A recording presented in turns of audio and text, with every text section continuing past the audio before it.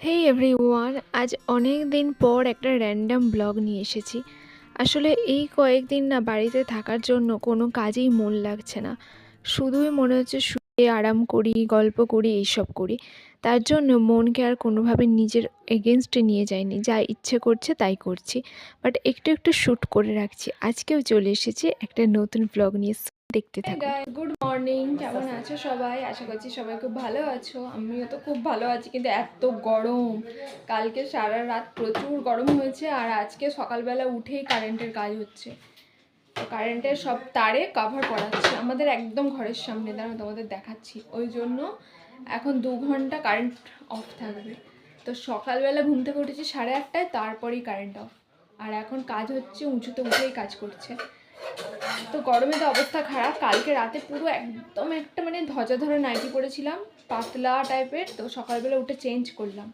এত এখানে গরম লাগছে যে নাইটি ছাড়া অন্য কিছু পরার কথা ভাবতেই পারছি না। আর এখন হচ্ছে রিল্যাক্সিং ডে, তাই অন্য কিছু টাইট ফাইট জামা কাপড় কিছুই পরবো না। জাস্ট খাবো দাবো, শোবো, গল্প করবো, এইসব করবো। এখন 2 ঘন্টা পর কারেন্ট আসবে, তারপর ফোনে চার্জ দেওয়া। এমনিতে আমার ফোনে তেমন কিছু চার্জ নেই। চলো কাজ হচ্ছে, ওটা দেখাবো, দাঁড়াও একবার। আমাদের ইলেকট্রিক সার্ভিস এত ভালো হয়ে গেছে না। ছোটোবেলায় না যখন ইলেকট্রিক যেত, যখন লোডশেডিং হতো, অনেকক্ষণ সময় নিত। কিন্তু আজকাল সত্যি আমাদের গ্রামেও ইলেকট্রিক যায় না বললেই চলে। কোনটা? এই নাও। বেশি দেখানো যাবে না, কারণ কাজ করছে তো, একটা ওনাদের একটা খারাপ লাগবে, ভাববে কেন ভিডিও করছে। তো যাই হোক, চলো একটু পরে আবার আসছি।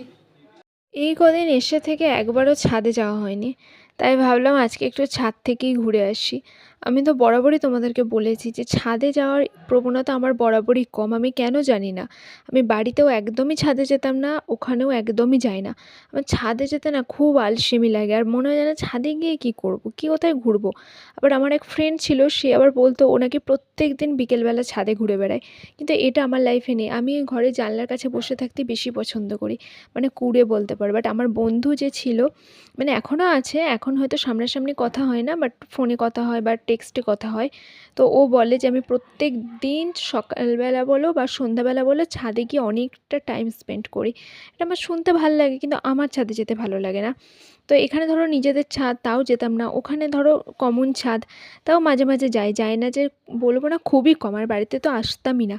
এখন বিয়ের পর একটু একটু আসছি।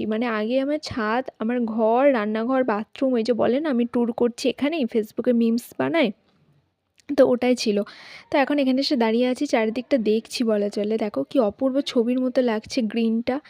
গ্রিনগুলো না ছবিতে এত ভালো আসে, আর যখন যেখানে মানুষ থাকে তখন তার মর্মটা বোঝে না। আগে এই গ্রিনগুলো না এত চোখে পড়তো না, বাট এখন এত চোখে পড়ে, আর দেখে মনে শান্তি। চোখ দুটো পুরো শান্তিতে ভরে যাচ্ছে, মনটা পুরো শান্তিতে ভরে যাচ্ছে, এরকম মনে হয়। তো এখানে আমি একটু ঘুরে বেড়াচ্ছি, আর এতে হাতে যেটা আছে সেটা হচ্ছে ক্লিপ। মা কাপড় ছড়াবে, আমি ক্লিপগুলো নিয়ে দাঁড়িয়ে আছি, আর এখন ঘুরে ঘুরে বেড়াচ্ছি, রাস্তা দিয়ে একে ওকে দেখছি। ওটাই করছি যেটা বলে। ভিডিও করতাম না বলে না বুঝতাম না যে এত সুন্দর সাজানো গোছানো আমাদের গ্রাম। দেখো কি অপূর্ব ছবির মতো লাগছে না? দেখে মনে হচ্ছে এটা মনে হচ্ছে কোথাকার গ্রাম। আর যদি খুব ভাল লাগছে দেখতে, হয়তো খুব একটা গোছানো না, হয়তো খুব মেনটেন না, বাট দেখতে কিন্তু খুবই সুন্দর, সবুজ, কমলা। মোটামুটি খাওয়ার ওপরেই আছি, আর ওখানে তো সকাল থেকে সন্ধ্যা পর্যন্ত একদম টই টই টই টই করি।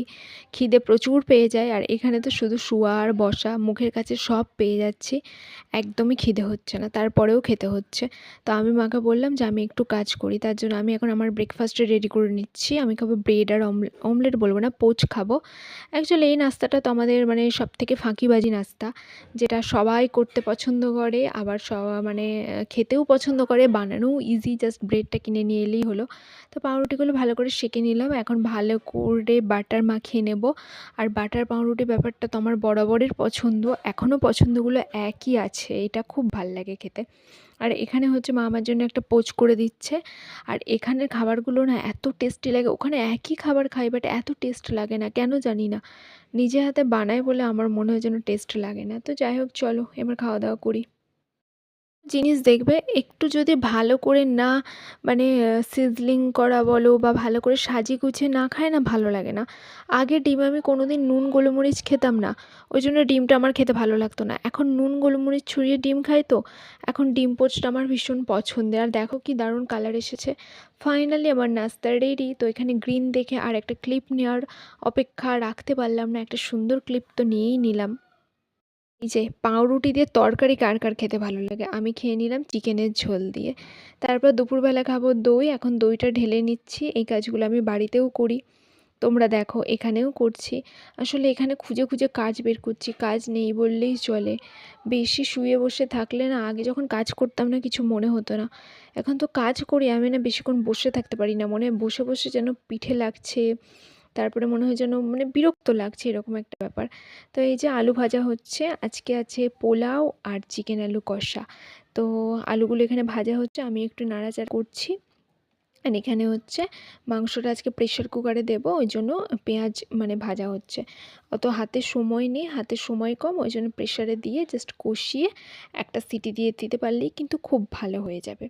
আর এটা হচ্ছে আমাদের হাঁড়ি বাসন এই সমস্ত কিছুর আলমারি। এখান থেকে কত জিনিস যে আমার কাছে গেছে আর কত জিনিস যে এখানে আছে, সবটা তো দেখাতে পারলাম না। আর আলমারিটা কিন্তু খুবই সুন্দর, এখানে সব জিনিসপত্র আছে, এখান থেকে চাইলেই কিন্তু আমি নিতে পারবো। এখন মা রেখেছে, এগুলো সবই আমাকে পরে দেবে। আজকে প্রচুর গরম, লোডশেডিং সকাল থেকে, কারেন্টের কাজ হচ্ছে, আর পারা যাচ্ছে না। আমাদের এখানে গ্রামের স্কুলের অবস্থা পুরো খারাপ, ছেলেমেয়েরা একদম অস্থির হয়ে যাচ্ছে। এখন জানি না কখন কি কারেন্ট আসবে, তার মধ্যে আবার রান্না বান্না হচ্ছে, আর কতক্ষণ লাগবে খুবই অবস্থা। চলো হওয়া ভাতে একটু লাতা দিই, এটা হচ্ছে আমাদের এখানকার গ্রাম্য কথা। তো আমি মা সবই করে দিয়েছে, জাস্ট একটু নাড়াচাড়া করছি, মানে কুড়েমির একটা সীমা থাকা চাই। লহমাতে ওয়েদারটা চেঞ্জ হয়ে গেল। এতক্ষণ ধরে আমি নিজের কাজ করছিলাম, মানে আমার এডিটিং ছিল, ভয়েস ছিল, ওগুলো করলাম। আর এত সুন্দর ওয়েদার হয়ে গেছে, পুরো দু চোখ খালি বন্ধ হয়ে আসছে।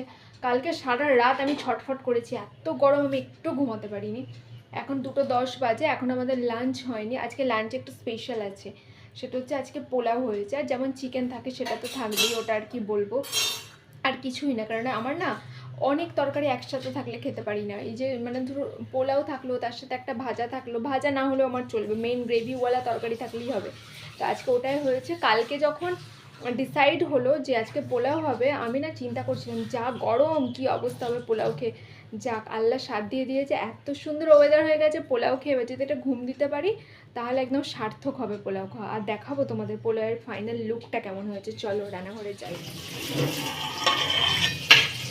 কার কার ভাল লাগে এইরকম ঘরের চালের পোলাও? ঘরের চাল না, মানে যে চালে নর্মাল রাইস খাই ওই চালের পোলাও। আমার বাসমতি বলো গোবিন্দভোগ বলো, তার থেকেও এই চালের পোলাও ভালো লাগে, দারুণ খেতে হয়েছে, ইয়ামি। মাংস খেয়ে তো লম্বা ঘুম দিয়েছি, এখন আবার বিকেলবেলা খাবো হচ্ছে কুমড়োর বড়া। কুমড়োর বড়াটা আমার ভালো লাগে বেগুন দিয়ে, এই বেগুনি আমার একদমই ভালো লাগে না। তো এখানে সবই মানে মানে খাওয়া দাওয়ার ওপরেই যাকে বলে। তো ছোটো ছোটো করে শেয়ার করছি, বলছি না যে সময় একটু কম পাচ্ছি তাই ছোটো শেয়ার করছি। তো এখানে মা ভাজতে দিয়ে দিচ্ছে কুমড়োর বড়াগুলো। যদিও আমরা এসব কমই খাই, আর একটা কথা শুনলে তোমরা অবাক হয়ে যাবে, আমি মনে হয় পৃথিবীর একমাত্র মেয়ে যে চপ মুড়ি তেলে ভাজা এগুলো খেতে পছন্দ করি না। বর খেতে ভীষণ ভালোবাসে, কিন্তু আমি তেলে ভাজা খেতে পছন্দ করি না। আমি ফুচকা খেতে মোটামুটি পছন্দ করি, খুব পছন্দ করি বলবো না। আমি জানি না আমি কেন এরকম। যাই হোক এখন চা হচ্ছে, আর এরকম ঠান্ডার আজকে যদিও গরম, ঠান্ডা বলবো না, তা সত্ত্বেও আমরা এইসব খাচ্ছি। আর এই যে রেডি হয়ে গেছে, এই কটাই খাবো আমরা সবাই মিলে আর এনজয় করব। যদিও রাতে একদম পোলাও আছে তো বেশি পেট ভরানো যাবে না। আর এই সুন্দর পরিবেশটা দেখতে দেখতে আমি এখন সারেগামাপা দেখব, আর তার সাথে সাথে তোমাদের কাছ থেকে বিদায়ও চাইবো। আর সবাই যদি আমার ব্লগটা দেখো অবশ্যই আমাকে কমেন্ট করে জানিও কেমন লাগছে। টাটা, কাল আবার আসছি নতুন ব্লগ নিয়ে।